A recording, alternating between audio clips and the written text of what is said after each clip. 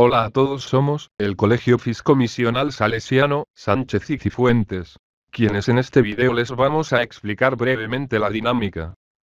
Dinámica es una parte de la mecánica que se relaciona con la cinemática del movimiento de un cuerpo y sus causas. Estudia las relaciones que existen entre fuerzas y los cambios que éstas producen en el movimiento de un cuerpo. Podemos observar estos dos ejemplos para darnos cuenta en qué se basa la dinámica. Ahora las causas. Los movimientos tienen causas y estas son interacciones que realizan los cuerpos que rodean a la partícula, el que actúa, y el que recibe el efecto. En el gráfico, podemos observar que el hombre empuja a la caja y este es quien realiza la interacción a la caja. Estas interacciones pueden ser de dos tipos: a distancia o por contacto. A distancia, es cuando se produce por una presencia de un campo gravitatorio eléctrico o magnético. Por contacto, es cuando los cuerpos tienen contacto físico entre sí. Una de las importancias de la dinámica es que determina cuál será el movimiento posterior de la partícula, y también sus condiciones iniciales y la descripción de las fuerzas que le afectan. Es imprescindible realizar el gráfico respectivo para poder resolver y entender el problema de dinámica. Introducción a la dinámica. Inercia. Es la tendencia que tiene todo cuerpo a oponerse al cambio de su movimiento. Esto depende de su masa. En el primer gráfico se observa que el ciclista sale disparado con respecto a la fuerza del impacto. En el segundo gráfico se observa que el motociclista se levanta por la aplicación de la fuerza de aceleración. Ahora la masa. La masa es la cantidad de materia que tiene un cuerpo. La masa es una medida de inercia de un cuerpo. La masa no puede crearse, ni destruirse, únicamente se puede transformar. Nunca varía si cambia su posición en el universo. El gráfico explica que a mayor masa existe mayor cantidad de moléculas. El peso. El peso es la fuerza de atracción por parte de la Tierra a una masa. Esto depende de su ubicación en la Tierra. Entre más cerca esté, esta se incrementa. Siempre se dirige al centro de la Tierra y es independiente al estado del movimiento del cuerpo. Un cuerpo entre más lejos esté de la superficie de la Tierra tiene menor gravedad, y pesa menos. En planetas de masa menor tendrá menor gravedad. El siguiente gráfico nos explica que el peso siempre está dirigido hacia el centro gravitatorio. El cuerpo cae debido a la fuerza que es peso. La normal es una fuerza que se genera cuando un cuerpo descansa sobre una superficie plana. Es siempre perpendicular a la superficie de contacto. La normal es independiente al cuerpo, porque sus orígenes son diferentes y se aplican en cuerpos diferentes. Se la representa con la letra N. Y se la puede observar en el gráfico. Ahora la fuerza de rozamiento. Esta se presenta cuando una superficie está en contacto con otra por sus asperezas y deformaciones. Siempre se opone al movimiento siendo paralela a la superficie de contacto. En el auto amarillo la fuerza de rozamiento se opone a la fuerza del motor. En el otro auto la fuerza de rozamiento más la fuerza de frenado van a detener el auto. La fuerza de rozamiento estático nos dice que esta fuerza es nula, y existe cuando se aplica una fuerza a un cuerpo y este no se mueve porque es anulada por otra de sentido contrario. El gráfico da una explicación más fácil que nos muestra que la fuerza del hombre no es suficiente para mover el armario. La fuerza de rozamiento cinético. Esta fuerza se opone al movimiento de un cuerpo en movimiento con respecto a otro. Es proporcional a la normal. El camión se encuentra en movimiento pero tiene una fuerza de rozamiento cinético que se opone a este. Fuerza elástica. Nos dice que un cuerpo cuando se encuentra sujeto a fuerzas externas cambia su tamaño y forma. Los cuerpos que recuperan su forma original después de ser deformados son elásticos, caso contrario no. Es dirigida hacia él. Extremo del resorte que no está deformado y su valor depende de la variación de la longitud del resorte. En el gráfico el resorte primero se encuentra en estado natural. El segundo resorte se encuentra estirado, con la fuerza elástica oponiéndose a esta fuerza. En el tercer gráfico el resorte se encuentra comprimido, y la fuerza elástica se opone, intentando volverlo a su forma original. A continuación demostremos la constante de la fuerza.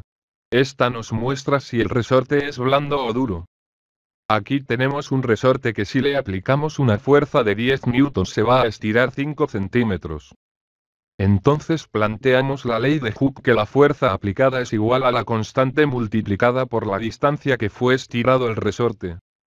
Y obtenemos el valor de la constante, que es 2 newtons sobre centímetro. Existen otras unidades como newtons sobre metro, newtons sobre centímetros, kilogramos fuerza sobre centímetros, entre otros.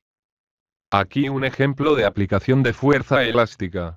Nos dice que se cuelga un peso de medio kilo de un resorte y se observa que el resorte se estira 10 centímetros. Calcular la constante de elasticidad del resorte y la fuerza que se necesita ejercer si se estira el resorte alargándolo 35 centímetros. La gráfica nos muestra qué es lo que pasa. La constante la vamos a calcular con la fuerza de elasticidad. Y esta es igual a la constante de elasticidad por la distancia que se alargó el resorte. Necesitamos la constante y despejamos y nos queda que la constante es igual a la fuerza sobre X, y esto reemplazando y resolviendo nos queda que la constante de elasticidad es igual a 50 gramos fuerza sobre centímetro. Esto indica que para estirar a este resorte tengo que hacer una fuerza de 50 gramos fuerza, para alargarlo, 1 centímetro. Si estiramos el resorte 35 centímetros, entonces 35 es igual a X. Entonces la fuerza de elasticidad es igual a su constante por X. Entonces intercambiamos valores y nos da como resultado 1750 gramos fuerza. Que esto es igual a 1.75 kilogramos fuerza. O newtons.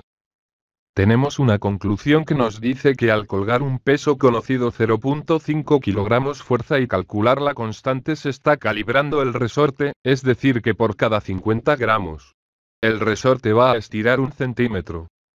Si un resorte es calibrado podemos medir fuerzas. Sabiendo el estiramiento se puede calcular el peso del cuerpo. Esto lo hace un dinamómetro usado para medir fuerzas. Ahora explicaremos sobre la tensión de una cuerda, y la explicación a esto es cuando una cuerda está tensionada se produce una fuerza de tensión producida por una masa con fuerza opuesta que está ligada a ella. En el primer gráfico nos muestra dos tensiones que se producen por el peso de la masa. En el segundo gráfico la tensión de la cuerda se produce por el peso de la masa 1 del plano inclinado y la masa 2. Ahora vamos a lo más importante de la dinámica, que son las leyes de Newton. Estas leyes son los tres principios a partir de los cuales se explican la mayor parte de los problemas planteados por la dinámica, en particular aquellos relativos al movimiento de los cuerpos. Revolucionaron los conceptos básicos de la física y el movimiento de los cuerpos en el universo, en tanto que constituyen los conocimientos no solo de la dinámica clásica sino también de la física clásica en general. Ahora la primera ley de Newton, o también llamada el principio de inercia, nos dice que un cuerpo no puede cambiar por sí solo su estado inicial, ya sea en reposo o en movimiento rectilíneo uniforme, a menos que se aplique una fuerza o una serie de fuerzas cuyo resultante no sea nulo sobre él, como en el primer gráfico la chica mueve la caja de madera porque aplica una fuerza en la caja. En el segundo gráfico el hombre aplica los frenos y va a provocar que el auto se detenga de su movimiento. A continuación la segunda ley de Newton. Esta ley se la llama también el principio de la masa, consiste en que el cambio de movimiento es proporcional a la fuerza motriz impresa y ocurre según la línea recta a lo largo de la cual aquella fuerza se imprime. La aceleración que experimenta un cuerpo es directamente proporcional a la fuerza neta aplicada sobre él. A continuación un ejemplo de cómo se usa la segunda ley de Newton. Vamos a calcular la aceleración del cuerpo.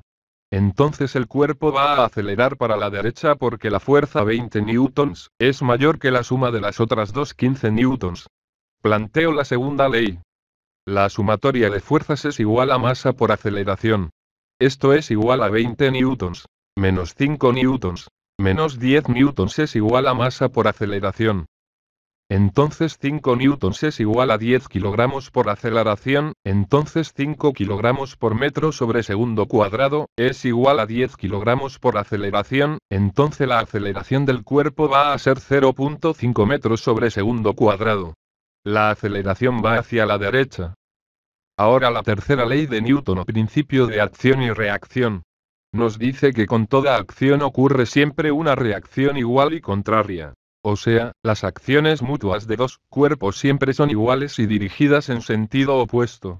Las fuerzas situadas sobre la misma recta, siempre se presentan en pares de igual magnitud y de dirección, pero con sentido opuesto.